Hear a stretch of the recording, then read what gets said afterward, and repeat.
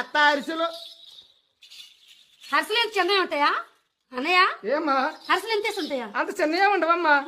అరిసెలు ఎంత ఉండవా? అంత చిన్నయే ఉండవురా. మరి ఎంత ఉంటాయా? మహా అయితే ఇక ఏ మాత్రం ఉంటారా?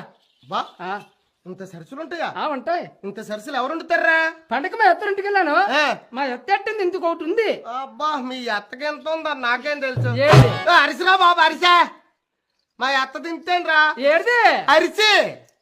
చిన్న అరిసెలు వండుతుంది బాబు, ఎక్కువ పెట్టిండని పేరుకి. ఇంతే.